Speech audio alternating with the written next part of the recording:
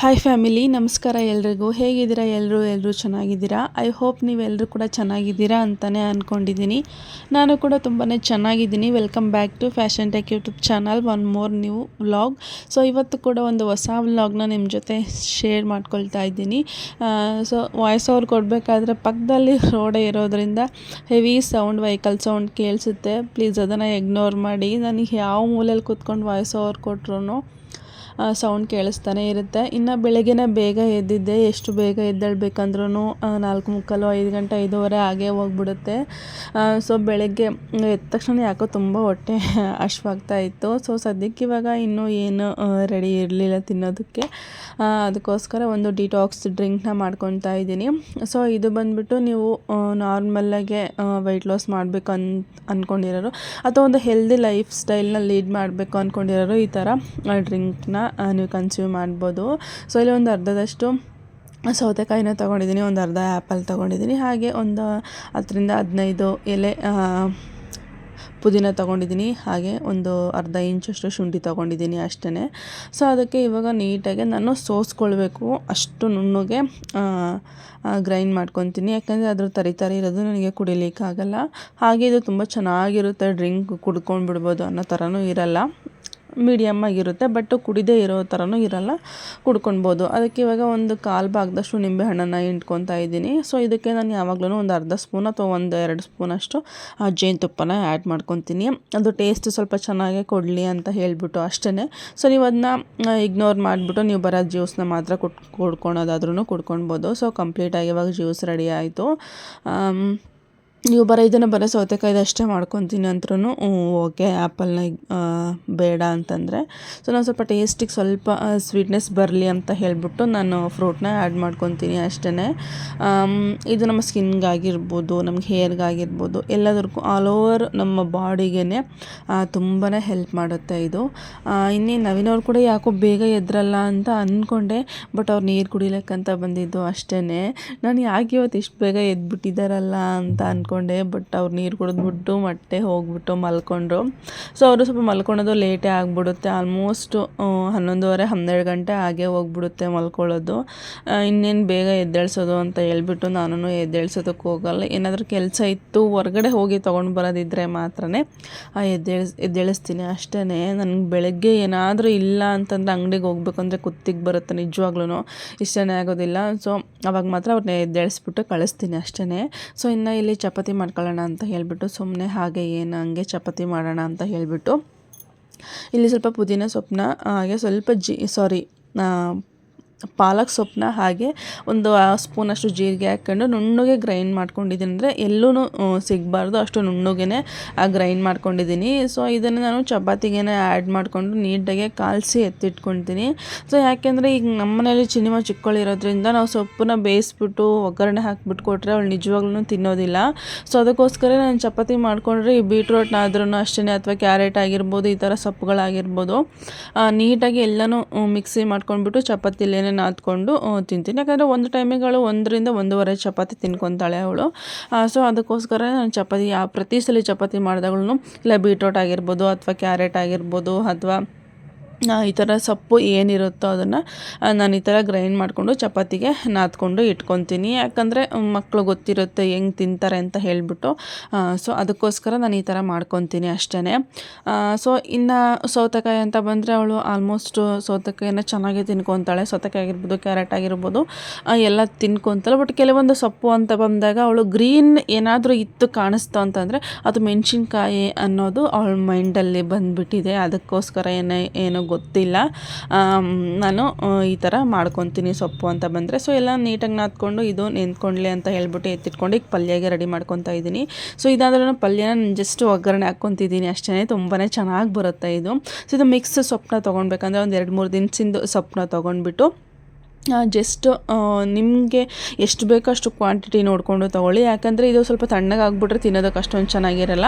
So ಅವಾಗೆ ಬಿಸಿ ಬಿಸಿದು ಮಾಡ್ಕೊಂಡು ತಿಂದರೆ ತುಂಬಾ ಟೇಸ್ಟಿಯಾಗಿರುತ್ತೆ. ಸೊ ಇನ್ನು ಇದಕ್ಕೆ ಒಗ್ಗರಣೆಗೆ ನಾರ್ಮಲಾಗಿ ಆಯಿಲ್ನ ಹಾಕ್ಕೊಂಡಿದ್ದೀನಿ, ಸಾಸಿವೆ ಕಾಳು ಜೀರಿಗೆ ಹಾಗೆ ಈರುಳ್ಳಿನ ಹಾಕ್ಕೊಂಡಿದ್ದೀನಿ. ಇದಕ್ಕೇನು ಜಾಸ್ತಿ ಇಂಗ್ರೀಡಿಯೆಂಟ್ ಕೂಡ ಬೇಕಾಗಲ್ಲ. ಇಲ್ಲೇ ಈರುಳ್ಳಿನ ತೊಗೊಂಡಿದ್ದೀನಿ. ಸೊ ಈರುಳ್ಳಿ ಆದಮೇಲೆ ಸ್ವಲ್ಪ ಮೆಣಸಿನ್ಕಾಯಿ ಖಾರ ನೋಡ್ಕೊಂಡು ಹಾಕ್ಕೊಳ್ಳಿ. ಇಲ್ಲಿ ಬೆಂಗಳೂರಲ್ಲಿ ಸಿಗೋ ಮೆಣಸಿನ್ಕಾಯೋ 2 ಮೆಣಸಿನ್ಕಾಯಿ ಹಾಕೋ ಜಾಗದಲ್ಲಿ 1 ಮೆಣಸಿನ್ಕಾಯಿ ಹಾಕಬೇಕು, ಅಷ್ಟು ಖಾರ ಇರುತ್ತೆ. ಸೊ ಊರ ಕಡೆ ಸಿಗೋದು 4 ಮೆಣಸಿನ್ಕಾಯಿ ಹಾಕಿದ್ರೂ ಇಲ್ಲಿ 1 ಮೆಣಸಿನ್ಕಾಯಿ ಹಾಕೋದಕ್ಕೆ ಸಮ ಆಗಿಬಿಡುತ್ತೆ. ಸೊ ಇನ್ನು ಇದು ನಾರ್ಮಲಾಗಿ ಅರ್ಧಂಬರ್ಧ ಬೆಂದಮೇಲೆ ಹಸಿ ವಾಸನೆ ಹೋಗೋವರೆಗೂ ಬೇಯಿಸ್ಕೊಳ್ಬೇಕಷ್ಟೇ. ಸೊ ಅದಾದಮೇಲೆ ಸೊಪ್ಪನ್ನ ಹಾಗೇನೆ ಏನೂ ಸಹ ಬಾಯ್ಲ್ ಮಾಡದೇ ಇರೋನು ಹಾಗೆ ಸೊಪ್ಪನ್ನ ಹಾಕ್ಕೊಂಡು ನೀಟಾಗಿ ಒಗ್ಗರಣೆ ಹಾಕ್ಕೊಬೇಕಾಗತ್ತೆ. ಸೊ ಇದಕ್ಕೆ ಈರುಳ್ಳಿ ಮತ್ತು ಕಾಯಿ ತುರಿ ಇದಕ್ಕೆ ಮೇನ್ ಇಂಗ್ರೀಡಿಯೆಂಟು, ತುಂಬಾ ಟೇಸ್ಟ್ ಕೊಡುತ್ತೆ. ಇದಕ್ಕೆ ಸ್ವಲ್ಪ ಚಿಟಿಕೆ ಆಗೋಷ್ಟು ಅರಿಶಿನ ಪುಡಿನ ಆ್ಯಡ್ ಮಾಡ್ಕೊತಾ ಇದ್ದೀನಿ ಅಷ್ಟೇ. ಹಾಗೆ ಮನೆಯಲ್ಲೇ ಮಾಡಿರೋಂಥ ಸಾಂಬಾರು ಪೌಡ್ರು 1-2 ಸ್ಪೂನಷ್ಟು ಆ್ಯಡ್ ಮಾಡ್ಕೊತಾ ಇದ್ದೀನಿ.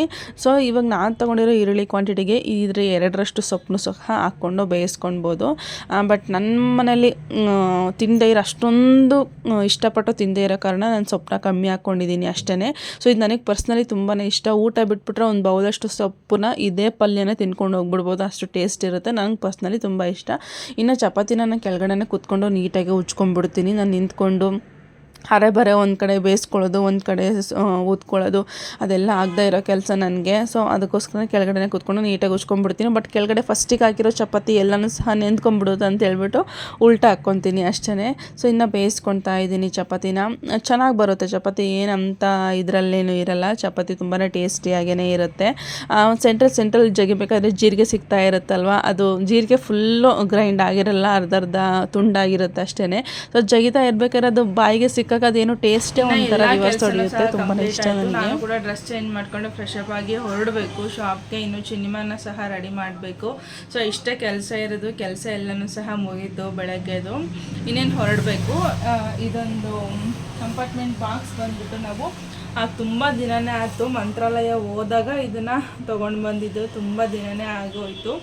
ಸೊ ಇದನ್ನು ನಮ್ಮದು ಬೆಡ್ರೂಮಲ್ಲಿ ಹಾಕೋಣ ಅಂತ ತೊಗೊಂಬಂದಿದ್ದು. ಯಾಕೆ ಅಂದರೆ ಕಾರ್ನರಲ್ಲಿ ಎಂಡಿಂಗಲ್ಲಿ ಕೊಟ್ಬಿಟ್ಟಿದ್ದಾರೆ, ಕಿಟಕಿ ಪಕ್ಕನೇ ಕೊಟ್ಟಿದ್ದಾರೆ ಸ್ವಿಚ್ ಬೋರ್ಡ್ ಬಂದುಬಿಟ್ಟು. ಸೊ ಚಾರ್ಜಿಂಗು ಅದೆಲ್ಲವೂ ಸಹ ಇಡ್ಲಿಕ್ಕೆ ಆಗೋದಿಲ್ಲ. ಸೊ ಅದಕ್ಕೋಸ್ಕರ ಇದನ್ನು ಅಲ್ಲೇ ಹಾಕೋಣ ಅಂತ ಹೇಳಿ ತೊಗೊಂಬಂದಿದ್ದು. ಮೊಬೈಲೆಲ್ಲನೂ ಇಡ್ಬೋದು ಚಾರ್ಜಿಗೆ ಹಾಕಿದ್ರೆ ಅಂತ ಹೇಳಿಬಿಟ್ಟು. ಸೊ ಇದನ್ನು ವೆಹಿಕಲ್ ಸೌಂಡು ಹೆವಿ ಕೇಳಿಸುತ್ತೆ, ಬಟ್ ಏನೂ ಮಾಡೋಕ್ಕಾಗಲ್ಲ, ಅಡ್ಜಸ್ಟ್ ಮಾಡ್ಕೊಳ್ಳಿ. ನನ್ನ ವಾಯ್ಸ್ಗಿಂತ ಅದೇ ಜಾಸ್ತಿ ಕೇಳಿಸುತ್ತೆ ಅನಿಸುತ್ತೆ. ಸೊ ಇದು ತುಂಬಾ ಅಳ್ಳಾಡ್ತಾ ಇದ್ವು, ಈ ಜಾಯಿಂಟ್ಸ್ ಎಲ್ಲನೂ ಸಹ ತುಂಬ ಅಳ್ಳಾಡ್ತಾ ಇದ್ವು. ಹಿಂಗೆ ಕಿತ್ತರೆ ಹೊರಗಡೆ ಬಂದುಬಿಡುತ್ತೆ, ಅಷ್ಟು ಅಳ್ಳಾಡ್ತಾ ಇದ್ವು. ಸೊ ಅದಕ್ಕೋಸ್ಕರ ನಾನು ಇದು 401 ಗಮ್ ಬರುತ್ತಲ್ವ ಇದು. ಸೊ ಮೆಟಲ್ಗೆ, ಪ್ಲಾಸ್ಟಿಕ್ಸ್ಗೆ ಪರ್ಮನೆಂಟಾಗಿ ಅಂಟ್ಕೊಳ್ಳೋ ಅಂಥದ್ದು ಇದು ಗಮ್ಮು. ಸೊ ಈ ಒಂದು ಗಮ್ಮನ್ನ ನಾನು ಇದಕ್ಕೆ ಅಂಟಿಸ್ಕೊಂಡಿದ್ದೀನಿ. ಯಾಕೆ ಅಂತಂದರೆ ಬೇಗ ಬಿದ್ದೋಗ್ಬಿಡುತ್ತೆ ಅಂತ ಹೇಳಿಬಿಟ್ಟು. ಇನ್ನು ಈ ಹೋಲ್ಗಾದ್ರೂ ಅಷ್ಟೇ ನಾನು ಆನ್ಲೈನಲ್ಲಿ ಹುಕ್ಕು ಥರ ಇವಾಗೆಲ್ಲ ಬರುತ್ತೆ ಅಲ್ಲ, ಮೀಶೋದಲ್ಲಿ ಅಥವಾ ಶಾಪ್ಸಿನಲ್ಲಿ, ಆ ಥರದನ್ನ ತರಿಸ್ಕೊಂಡಿದ್ದೀನಿ. ಅದನ್ನೇ ಹಾಕ್ಕೊತೀನಿ, ಸುಮ್ಮನೆ ಹೋಲೇನು ಕೊಡಿಯೋದು ಅಂತ ಹೇಳಿಬಿಟ್ಟು ಅಷ್ಟೇ. ಸೊ ಬನ್ನಿ ಇದನ್ನು ಫಸ್ಟು ಅಟ್ಯಾಚ್ ಮಾಡಿಬಿಡೋಣ, ಆಮೇಲೆ ರೆಡಿ ಆಗಿಬಿಟ್ಟು ಶಾಪ್ಗೆ ಹೊರಡೋಣ. ಸೊ ಇವಾಗ ಸ್ವಿಚ್ ಬೋರ್ಡ್ ಕಾಣಿಸ್ತಾ ಇದೆಯಲ್ಲ, ಸೊ ಅದ್ರ ಮೇಲ್ಗಡೆ ಇದನ್ನು ನಾನು ಹಾಕಬೇಕು ಅಂತ ಇರೋದು. ಸೊ ಇದನ್ನು ಹಾಕ್ಲಿಕ್ಕೋಸ್ಕರ ಈ ಥರ ಆನ್ಲೈನಲ್ಲಿ ಸುಮಾರು ಸಿಗುತ್ತೆ ನಿಮಗೆ. ಸೊ ಇದನ್ನು ನಾನು ತರಿಸ್ಕೊಂಡಿದ್ದೀನಿ. ಇದು ನಿಮಗೆ ಹುಕ್ಕು ಇಲ್ಲಿ ತೋರಲಿಲ್ಲ ಅಂದ್ರೂ ಸಹ ಇದನ್ನು ರಿಮೂವ್ ಮಾಡ್ಕೊಳ್ಬೋದು. ರಿಮೂವ್ ಮಾಡಿಕೊಂಡು ಆಮೇಲೆ ಹಾಕ್ಕೊಳ್ಬೋದು, ಆ ಥರನೂ ಸಹ ಇದೆ, ನೋಡ್ತಾ ಇರ್ಬೋದು. ಸೊ ಅದಕ್ಕೆ ಇದು ಯಾಕೋ ಇಷ್ಟ ಆಯಿತು. ಸುಮಾರು ಕಡೆ ಇದನ್ನು ಪೇಸ್ಟ್ ಮಾಡಿಬಿಟ್ಟಿದ್ದೀನಿ, ತುಂಬ ಎಲ್ಲೂ ಹೋಲೇ ಹೊಡೆದಿಲ್ಲ ನಾನು ಕೆಳಗಡೆ ಮನೆಗೆ ಬಂದಾದಮೇಲೆ. ಸೊ ಅದಕ್ಕೋಸ್ಕರ ಈ ಥರದ್ದನ್ನು ತರಿಸ್ಕೊಂಡಿದ್ದೀನಿ. ಸೊ ಇದು ಆರಾಮಾಗಿ ಹೋಲ್ ದೊಡ್ಡದೇ ಇದೆ, ಆರಾಮಾಗಿ ಹೋಗುತ್ತೆ, ಏನೂ ಪ್ರಾಬ್ಲಮ್ ಇಲ್ಲ. ಈ ಥರ ಹೋಗುತ್ತೆ, ಏನೂ ಪ್ರಾಬ್ಲಮ್ ಇಲ್ಲ ಈ ಥರ. ಸೊ ಈ ಥರ ಅಲ್ಲಿ ನಾನು ಪೇಸ್ಟ್ ಮಾಡ್ತೀನಿ ಅದ್ರ ಮೇಲ್ಗಡೆ. ಇನ್ನು ಮಕ್ಕಳಿರೋ ಮನೆ ಕೇಳಬೇಕಾ, ಎಷ್ಟು ಗೋಡೆ ಎಷ್ಟೇ ನೀಟಾಗಿದ್ರೂ ಸಹ ಎಲ್ಲ ಗೀಚಾಕ್ಬಿಡ್ತಾರೆ. ಸೊ ನಾನಾದ್ರೂ ಅಷ್ಟೇ, ಎಷ್ಟು ತೊಳೆದ್ರೂ ಅದು ಹೋಗ್ತಾ ಇಲ್ಲ. ಕ್ರಯಾನ್ಸ್ ತೊಗೊಂಡು ಗೀಚಿರೋದು, ಅದು ತುಂಬ ಒತ್ತಿ ತಿಕ್ಕಬೇಕು, ಹಾಗಾದರೆ ಹೋಗುತ್ತೆ. ಬಟ್ ಅದು ಪೇಂಟ್ ಎಲ್ಲನೂ ಶೇಡ್ ಆಗ್ತಾಯಿದೆ, ಅದಕ್ಕೋಸ್ಕರ ಹಾಗೆ ಬಿಟ್ಬಿಟ್ಟಿದ್ದೀನಿ. ಸೊ ಇನ್ನು ಇಲ್ಲಿ ಚಿನಿಮೆ ಬಂದು ಅವಳದು ಗೊಂಬೆ ಬಂದು ನೇತಾಕೆ ಬಿಟ್ಲು. ಬಟ್ ಏನಾದರೂ ಒಂದು ಕಿತಾಪತಿ ಮಾಡ್ತಾನೆ ಇರ್ತಾಳೆ. ಅಷ್ಟು ತೀಟೆ ಅಂತಂದರೆ ತುಂಬ ತರಲೆ ಅಂದರೆ ತರಲೆ. ಅವಳನ್ನ ನಮಗೆ ಅಕ್ಸೆಪ್ಟ್ ಮಾಡ್ಕೊಳ್ಳೋಕ್ಕೆ ಆಗೋಲ್ಲ, ಅವಳು ಮಾಡೋ ಚೇಷ್ಟೆಗಳನ್ನ ಒಂದೊಂದ್ಸಲಿ. ಬಟ್ ಏನು ಮಾಡೋಕ್ಕಾಗಲ್ಲ, ಒಂದೊಂದ್ಸಲಿ ನಾನಾಗಲಿ ನವೀನವರಾಗಲಿ ಸುಮ್ಮನೆ ಬಿಟ್ಬಿಡ್ತೀವಿ, ಏನಾದರೂ ಮಾಡ್ಕೊಳ್ಳಿ ಅಂತ ಹೇಳ್ಬಿಟ್ಟು. ಅವಳ ಆಟ ಸಾಮಾನು, ಬೆಡ್ಶೀಟ್ ಆಗಿರ್ಬೋದು, ಅವಳ ಬಟ್ಟೆ ಆಗಿರ್ಬೋದು ಎಲ್ಲ ಹಾಕಿಬಿಡ್ತಾಳೆ ಒಂದೊಂದ್ಸಲಿ. ಅವಳಿಗೆ ಏನು ಅನಿಸುತ್ತೆ ಅಂತಲೇ ಗೊತ್ತಾಗಲ್ಲ. ಬಟ್ ಏನು ಮಾಡೋಕ್ಕಾಗಲ್ಲ, ಅಕ್ಸೆಪ್ಟ್ ಮಾಡ್ಕೊಬೇಕು ಅಷ್ಟೇ. ಸೊ ಅದಾದಮೇಲೆ ನಾನು ಸಹ ರೆಡಿ ಆಗಿಬಿಟ್ಟು ಈಗ ಊಟ ತಿಂತಾಯಿದ್ದೀನಿ. 2 ಚಪಾತಿ ತೊಗೊಂಡಿದ್ದೀನಿ, ಹಾಗೆ ಸೊಪ್ಪನ್ನ ತೊಗೊಂಡಿದ್ದೀನಿ, ಒಂದು ಅರ್ಧದಷ್ಟು ಆ್ಯಪಲ್ನ ತೊಗೊಂಡಿದ್ದೀನಿ. ಆಲ್ಮೋಸ್ಟ್ ಮಾರ್ನಿಂಗ್ ಟಿಫನ್ನ ತಿನ್ನೋದಿಲ್ಲ, ಗಂಜಿನೇ ಕುಡ್ಕೊಂಡು ಹೋಗ್ಬಿಡ್ತೀನಿ. ಬಟ್ ಇವತ್ತು ಯಾಕೋ ಪಲ್ಯ ಮಾಡಿದ್ನಲ್ಲ. ಬಟ್ ನನಗೆ ಈ ಥರ ರೆಸಿಪಿ ತುಂಬಾ ಇಷ್ಟ ಆಗುತ್ತೆ, ಚಪಾತಿ ಈ ಥರ ಸೊಪ್ಪಿನ ಪಲ್ಯಗಳು. ಸೊ ಅದಕ್ಕೋಸ್ಕರ ನಾನು ಇವತ್ತು ಟಿಫನ್ ತಿನ್ಕೊಂಡು ಹೋಗೋಣ ಅಂತ ಹೇಳ್ಬಿಟ್ಟು ಟಿಫನ್ನ ತಿನ್ಕೊಂಡು ಹೋದೆ. ಹಾಗೆ ಇನ್ನೇನು ಮಧ್ಯಾಹ್ನಕ್ಕೂ ಸಹ ಉಜ್ಜು ಇಟ್ಬಿಟ್ಟು ಹೋದೆ. ಮತ್ತು ಮಧ್ಯಾಹ್ನ ಬಂದು ಉಜ್ಕೊಳ್ಳೋದು ಅದೆಲ್ಲ ತುಂಬ ಲೇಟ್ ಆಗಿಬಿಡುತ್ತೆ. ನಾನು ಕರೆಕ್ಟಾಗಿ ಮೇಲ್ಗಡೆ ಬಂದಾಗಲೇ ಕಸ್ಟಮರ್ ಕಾಲ್ ಮಾಡ್ತಾರೆ. ಅದೇನು ಅವ್ರಿಗೇನು ಕನಸು ಬಿದ್ದಿರ್ತೇನೋ ಗೊತ್ತಿಲ್ಲ, ನಾನು ಆವಾಗಲೇ ಮನೇಲಿ ಬಂದಿರ್ತೀನಿ ಅಂತ ಹೇಳ್ಬಿಟ್ಟು. ನಾನು ಯಾವಾಗ ಶಾಪಲ್ಲಿರಲ್ವೋ ಆವಾಗಲೇ ಕಸ್ಟಮರ್ ಬಂದಿರ್ತಾರೆ. ಸೊ ಇನ್ನು ನಾನು ಕೂಡ ಶಾಪ್ಗೆ ಬಂದೆ. ಹೆಂಗೆ ಅಂದರೆ ಬಾಡಿ ಫುಲ್ಲು ಹೀಟ್ ಆಗಿಬಿಟ್ಟಿದೆ, ಏನಕ್ಕಂತ ಗೊತ್ತಾಗ್ತಿಲ್ಲ, ಏನು ತಿನ್ನೋಕ್ಕೂ ಆಗ್ತಾಯಿಲ್ಲ, ನಾಲಿಗೆ ಎಲ್ಲ ಫುಲ್ಲು ಒಡೆದೋಗಿರೋ ಥರ ಆಗಿಬಿಟ್ಟಿದೆ. ಸೊ ಅದಕ್ಕೆ ನಾವಿನ್ನೊಂದು ಬಿ ಕಾಂಪ್ಲೆಕ್ಸ್ ಟ್ಯಾಬ್ಲೆಟ್ ತೊಗೋ, ಕಮ್ಮಿ ಆಗುತ್ತೆ ಅಂತಂದರು. ಸರಿ ಅಂತ ಹೇಳ್ಬಿಟ್ಟು ತೊಗೊಂಡೆ. ಬಟ್ ಅದು ಮೊದಲು ಒಂಥರ ಗ್ರೀನ್ ಕಲರ್ ಟ್ಯೂಬಲ್ಲಿ ಬರ್ತಾಯಿತ್ತು ಟ್ಯಾಬ್ಲೆಟು. ಬಟ್ ಇದು ಬಂದುಬಿಟ್ಟು ಬೇರೆ ಯಾವುದೋ ಟ್ಯಾಬ್ಲೆಟು, ಅಂದರೆ ಸ್ವಲ್ಪ ಚೇಂಜ್ ಮಾಡಿದ್ದಾರೆ ಏನೋ ಗೊತ್ತಿಲ್ಲ ಟ್ಯಾಬ್ಲೆಟ್ನ, ಬಿ ಕಾಂಪ್ಲೆಕ್ಸ್ದು. ಬಟ್ ಅದು ಸ್ಮೆಲ್ಲು ನನಗೆ ತಗೊಳಕ್ಕಾಗ್ತಿಲ್ಲ, ಒಂಥರ ಸ್ಮೆಲ್ ಹೊಡಿತಾ ಇದೆ, ನುಂಗೋಕ್ಕೂ ಆಗ್ತಾಯಿಲ್ಲ. ಬಟ್ ಏನೂ ಮಾಡೋಕ್ಕಾಗಲ್ಲ, ಅದು ವಾಸಿ ಆಗಬೇಕಂದ್ರೆ ತೊಗೊಳ್ಳೇಬೇಕಲ್ವ ಅಂತ ಹೇಳ್ಬಿಟ್ಟು ತೊಗೊಳೋದಕ್ಕೆ ಸ್ಟಾರ್ಟ್ ಮಾಡಿದೆ. ಇನ್ನು ನವೀನವ್ರು ಹೇಳಿದ್ರೆ, ನೀನು ಬೆಳಗ್ಗೆನ ಜ್ಯೂಸ್ ಕುಡಿತೀಯಲ್ಲ, ಅದು ಜ್ಯೂಸ್ ಓಕೆ, ಬಟ್ ಅದಕ್ಕೆ ಶುಂಠಿನ ಹಾಕಬೇಡ, ಶುಂಠಿ ಹೆವಿ ಹೀಟು, ಇನ್ನೂ ಹೀಟ್ ಜಾಸ್ತಿ ಆಗುತ್ತೆ ಅಂತ ಹೇಳಿದ್ರು. ಬಟ್ ಆ ಟೇಸ್ಟ್ ನನಗೆ ಶುಂಠಿ ಹಾಕ್ತಾ ಇರೋದನ್ನ ಕುಡಿಯೋಕ್ಕಾಗಲ್ಲ, ನನಗೆ ಅದೇನೋ ಬರೀ ಅದನ್ನೇ ಜ್ಯೂಸ್ನ ಕುಡಿಯೋಕ್ಕಾಗಲ್ಲ ಅಂತ ಹೇಳ್ಬಿಟ್ಟು ಆದರೂ ಬಿಡ್ತಾ ಇಲ್ಲ, ಅದನ್ನೇ ಕಂಟಿನ್ಯೂ ಮಾಡ್ಕೊತಾ ಇದ್ದೀನಿ. ಅದು ಏನಂದ ಸ್ಟಾರ್ಟಿಂಗ್ ನನಗೂ ಕೂಡ ಅಯ್ಯೋ, ಬೆಳಗ್ಗೆ ಎದ್ದ ತಕ್ಷಣ ಸ್ಟಾರ್ಟಿಂಗ್ ನಾನು ಸ್ಟಾರ್ಟ್ ಮಾಡಿದಾಗ ಜ್ಯೂಸ್ನ ಕುಡಿಲಿಕ್ಕೆ ಆಗ್ತಾ ಇರಲಿಲ್ಲ ನನಗೆ. ಇವಾಗ ನನಗೆ ಅಡ್ಜಸ್ಟ್ ಆಗಿಬಿಟ್ಟಿದೆ, ನನಗೆ ಬೆಳಗ್ಗೆ ಎದ್ದ ತಕ್ಷಣ ಜ್ಯೂಸ್ ಕುಡಿದ್ರೇ ಸಮಾಧಾನ ಆಗೋದು, ಆ ಥರ ಅನ್ನಿಸ್ತಾ ಇದೆ ಇವಾಗ. ಇನ್ನು ಶಾಪಿಗೆ ಬಂದುಬಿಟ್ಟು ಹಾಗೆ ಟ್ಯಾಬ್ಲೆಟ್ ತೊಗೊಂಡು ಕೆಲಸನೂ ಸಹ ಸ್ಟಾರ್ಟ್ ಮಾಡಿದೆ. ಈ ವಿಡಿಯೋ ಬಂದುಬಿಟ್ಟು ನಾನು 4 to 5 ಡೇಸ್ ಆಗಿದೆ ನಾನು ವಿಡಿಯೋ ಶೂಟ್ ಮಾಡಿಕೊಂಡು. ಸೊ ಇವತ್ತು ವಾಯ್ಸ್ ಓವರ್ ಕೊಡ್ತಾ ಇದ್ದೀನಿ. ಸೊ ಇವಾಗಿರೋ ಕೆಲಸದಲ್ಲಿ ಯಾವಾಗ ವಿಡಿಯೋ ಶೂಟ್ ಮಾಡ್ಕೊಳ್ಬೇಕು, ಯಾವಾಗ ವ್ಲಾಗ್ ಸ್ಟಾರ್ಟ್ ಮಾಡ್ತೀನೋ, ಯಾವಾಗ ಎಡಿಟ್ ಮಾಡ್ತೀನೋ, ಯಾವಾಗ ಅಪ್ಲೋಡ್ ಮಾಡ್ತೀನಿ ಅಂತಲೇ ಗೊತ್ತಾಗಲ್ಲ. ಆದಷ್ಟು ಕ್ವಿಕ್ಕಾಗಿ ನಾನು ಸ್ಟೆಪ್ ಬೈ ಸ್ಟೆಪ್ಪು ಅಪ್ಲೋಡ್ ಮಾಡೋಣ ಅಂತ ಅಂದ್ಕೊಳ್ತೀನಿ. ಬಟ್ ಅದು ಆಗೋದೇ ಇಲ್ಲ. ಇವಾಗ ನೋಡಿದ್ರೆ ಮನೇಲಿ ಎಲ್ರಿಗೂ ಸಹ ಕೋಲ್ಡ್ ಆಗಿಬಿಟ್ಟಿದೆ, ಒಬ್ಬರು ಮಲ್ಕೊತಾ ಇದ್ದಾರೆ, ಅದೇನಕ್ಕಂತಲೇ ಗೊತ್ತಾಗ್ತಿಲ್ಲ. ಸೊ ನವೀನವ್ರಿಗಂತೂ ನಿನ್ನೆ ನೈಟ್ ಪಾಪ ಅವರಿಗೆ ಉಸಿರಾಡೋಕ್ಕೂ ಆಗ್ತಾಯಿಲ್ಲ, ಅಷ್ಟು ಕೋಲ್ಡ್ ಆಗಿಬಿಟ್ಟಿದೆ. ಈ ವೆದರೇ ಆ ಥರ ಇದೆಯೇನೋ ಗೊತ್ತಿಲ್ಲ. ಇನ್ನು ಇವತ್ತು ಒಂದಷ್ಟು ಕೊರಿಯರ್ನ ಕಳಿಸ್ಬೇಕು. ಅದಾದ್ರೂ ಸಹ ಅಷ್ಟೇ, ನಾನು ಯಾವುದನ್ನು ಸಹ ವೀಡಿಯೋ ಮಾಡ್ಕೊಳ್ಳೋಕ್ಕೆ ಆಗ್ತಾಯಿಲ್ಲ, ಅರೆಬರೆನಲ್ಲಿ ಕಳಿಸ್ಕೊಡೋಂಗೆ ಆಗ್ತಾಯಿದೆ. ಯಾಕೆಂದರೆ ನಾವು ಒನ್ ಡೇ ಕೊರಿಯರ್ ಆಗ್ತಾ ಇರೋದ್ರಿಂದ ಇಲ್ಲಿ ಪ್ರೊಫೆಷ್ನಲ್ ಕೊರಿಯರ್ ನಮ್ಮ ಮನೆ ಹತ್ರನೇ ಇದೆ, ಪ್ರೊಫೆಷ್ನಲ್ ಕೊರಿಯರ್ ಬಂದುಬಿಟ್ಟು. ಬಟ್ ಅದು ಏನಾಗ್ತಾ ಇದೆ, ಒನ್ ಡೇಗೆ ಹೋಗ್ತಾನೆ ಇಲ್ಲ. ಸೊ ನಾವು ಕೂಡ್ಲಿಗಿ ಗೇಟ್ಗೆ ಅಂದರೆ ಮೇನ್ ಬ್ರಾಂಚಿಗೆ ಹೋಗಿ ಕೊಟ್ಟು ಬಂದರೆ ಕರೆಕ್ಟಾಗಿ ಡೆಲಿವರಿ ಕೊಡ್ತಾ ಇದ್ದಾರೆ. ಸೊ ಅದಕ್ಕೋಸ್ಕರ ನಾವು ನವೀನವ್ರು 6 ಗಂಟೆಗೆ ಬಂದ ತಕ್ಷಣ ಮತ್ತೆ ನಾನು 7:15 ಅವ್ರಿಗೆಲ್ಲನೂ ಪ್ಯಾಕ್ ಮಾಡಿಬಿಟ್ಟು ಅವ್ರಿಗೆ ಕಳಿಸ್ಕೊಡ್ಬೇಕು ನಾನು ಕೊಟ್ಟು ಬರಲಿಕ್ಕೆ. ಸೊ ಅದಕ್ಕೋಸ್ಕರ ಸ್ವಲ್ಪ ಯಾವುದೇ ವಿಡಿಯೋ ಪರ್ಫೆಕ್ಟಾಗಿ ಕರೆಕ್ಟಾಗಿ ಎಡಿಟ್ ಮಾಡಿ ಅಪ್ಲೋಡ್ ಮಾಡೋಕ್ಕೆ ಆಗ್ತಾಯಿಲ್ಲ ಅಷ್ಟೇ. ಸೊ ಇವತ್ತಾದ್ರೂ ಸಹ ಅಷ್ಟೇ, ನಾನು ಜಸ್ಟ್ ಯಾವುದೋ ಒಂದು ಮೂಲೆಯಲ್ಲಿ ಮೊಬೈಲ್ನ ಇಟ್ಬಿಟ್ಟು ವಿಡಿಯೋ ಆದಷ್ಟು ಆಗಲಿ ಅಂತ ಹಾಗೆ ಬಿಟ್ಟಿದ್ದೀನಿ. ಬಟ್ ಅದೊಂದು ಕಾಲ್ ಬಂದುಬಿಟ್ಟು ಹಾಗೆಯೇ ಕಟ್ಟಾಗಿಬಿಟ್ಟಿದೆ, ಹಾಗೆಯೇ ನೋಡಿಕೊಂಡು ಆನ್ ಮಾಡಿಕೊಂಡೆ ಅಷ್ಟೇ. ಸೊ ಇವಾಗ ನಾನು ರಿಮೂವ್ ಮಾಡ್ತಾಯಿರೋ ಡಿಸೈನ್ ಬಂದುಬಿಟ್ಟು ಅದು ಕೂಡ ಅಷ್ಟೇ, ನಂಗೆ ಸಪ್ರೇಟಾಗಿ ಅದು ಫುಲ್ ಕಂಪ್ಲೀಟಾಗಿ ವಿಡಿಯೋ ಮಾಡಿ ನಾನು ಅಪ್ಲೋಡ್ ಮಾಡ್ತೀನಿ. ಸೊ ಇದು ಅವರು ಸಪ್ರೇಟಾಗಿ ಸ್ಯಾರಿ ಕ್ಲಾತ್ನ ಕೊಟ್ಬಿಟ್ಟು ಸ್ಲೀವ್ಸ್ಗೆ ಹಾಕ್ಕೊಡಿ ಅಂತ ಕೇಳ್ಕೊಂಡಿದ್ರು ಅಷ್ಟೇ.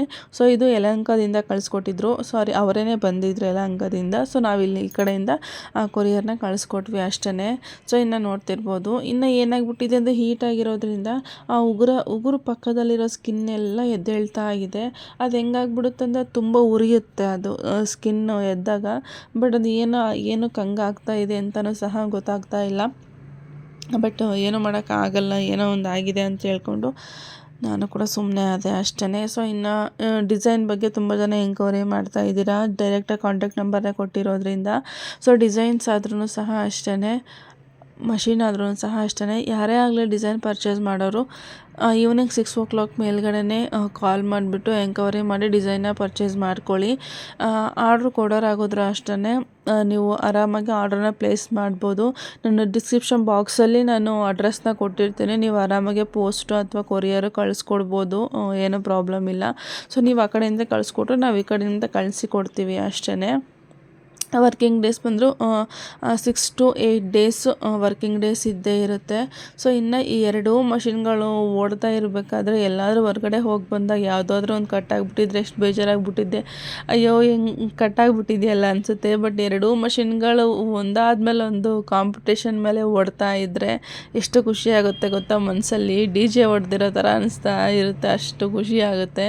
ಎರಡೂ ಮಷಿನ್ಗಳು ಒಂಥರ ಕಾಂಪಿಟೇಷನ್ ಮೇಲೆ ಓಡ್ತಾ ಇದ್ದಾವೇನೋ ಅಂತ ಅನ್ನಿಸ್ತಾ ಇರುತ್ತೆ. ಸೊ ನನಗಂತೂ ಒಂದೊಂದು ಸಲ ಏನೋ ಯೋಚನೆ ಮಾಡಬೇಕಾದ್ರೆ ಎರಡೂ ಮಷಿನ್ಗಳು ಏನಾದರೂ ಹೊರಗಡೆ ಹೋಗಿ ಬಂದಾಗ ನೋಡ್ತಾ ಇದ್ದರೆ ಒಂಥರ ಏನೋ ಮನಸ್ಸಿಗೆ ಖುಷಿ ಆಗುತ್ತೆ ನನಗೆ ಎರಡೂ ಮಷಿನ್ಗಳನ್ನ ನೋಡಿದ್ರೆ. ಸೊ ನಾವು ಎಲ್ಲಿದ್ದವರು ಎಲ್ಲಿಂದ ಸ್ಟಾರ್ಟ್ ಮಾಡಿ ಎಲ್ಲಿವರೆಗೂ ಬಂದು ನಿಂತಿದ್ದೀವಲ್ವ ಅಂತ ಒಂದು ಸಲ ಹಿಂದೆ ತಿರುಗಿ ನೋಡಿಕೊಂಡ್ರೆ ನಮಗೆ ಆಶ್ಚರ್ಯ ಆಗುತ್ತೆ. ಹೇಳಬೇಕು ಅಂತಂತಂದರೆ ಝೀರೋಯಿಂದ ಸ್ಟಾರ್ಟ್ ಮಾಡಿದ್ದು ಇವಾಗ ನೋಡಿದ್ರೆ 4.5 ಲಕ್ಷದ 2 ಮಷಿನ್ ಇಟ್ಕೊಂಡು ರನ್ ಮಾಡ್ತಾ ಇದ್ದೀವಿ. ನೆನೆಸ್ಕೊಂಡ್ರೆ ಒಂಥರ ಖುಷಿ ಆಗುತ್ತೆ, ಹಾಗೆ ಬೇಜಾರು ಕೂಡ ಆಗುತ್ತೆ ಅಷ್ಟೇ. ಇನ್ನು ಯಾರೆಲ್ಲ ನೀವು ಬಿಸ್ನೆಸ್ ಸ್ಟಾರ್ಟ್ ಮಾಡಬೇಕು ಅಂದ್ಕೊಂಡಿದ್ದೀರಾ, ನಾವು ಕೂಡ ಈ ಥರ ಮಷಿನ್ ತೊಗೊಳ್ಬೇಕು ಅಂದ್ಕೊಂಡಿದ್ದೀರಾ, ಸೊ ಆರಾಮಾಗೆ ಯಾರು ಬೇರೆಯವ್ರ ಮೂರನೇವ್ರ ಮಾತನ್ನ ಕೇಳೋಕೆ ಹೋಗ್ಬಿಡಿ ಅಷ್ಟೇ. ಸೊ ನೀವು ನಿಮ್ಮ ಪಾರ್ಟ್ನರ್ ಏನಿದ್ದೀರಾ ಅವರು ಡಿಸಿಷನ್ ತೊಗೊಂಡು ನಾವು ಮಾಡ್ತೀವಿ, ನಾವು ಸಪೋರ್ಟಿವ್ ಆಗಿದ್ದೀವಿ ಅಂದರೆ ಮಾತ್ರನೇ ರನ್ ಮಾಡಿಕೊಂಡು ನೀವು ಪರ್ಚೇಸ್ ಮಾಡಿಕೊಂಡು ಮಷಿನ ರನ್ ಮಾಡ್ಬೋದು. ಬಟ್ ಯಾವ್ದು ಕೆಲಸದಲ್ಲಾದರೂ ಮೂರನೇವ್ರನ್ನ ಮಾತನ್ನ ಕೇಳಬೇಡಿ ಅಷ್ಟೇ. ನಿಮ್ಮ ಕೆಲಸ ನಿಮ್ಮ ಕೈ, ನಿಮ್ಮ ದುಡಿಮೆ ಅಷ್ಟೇ.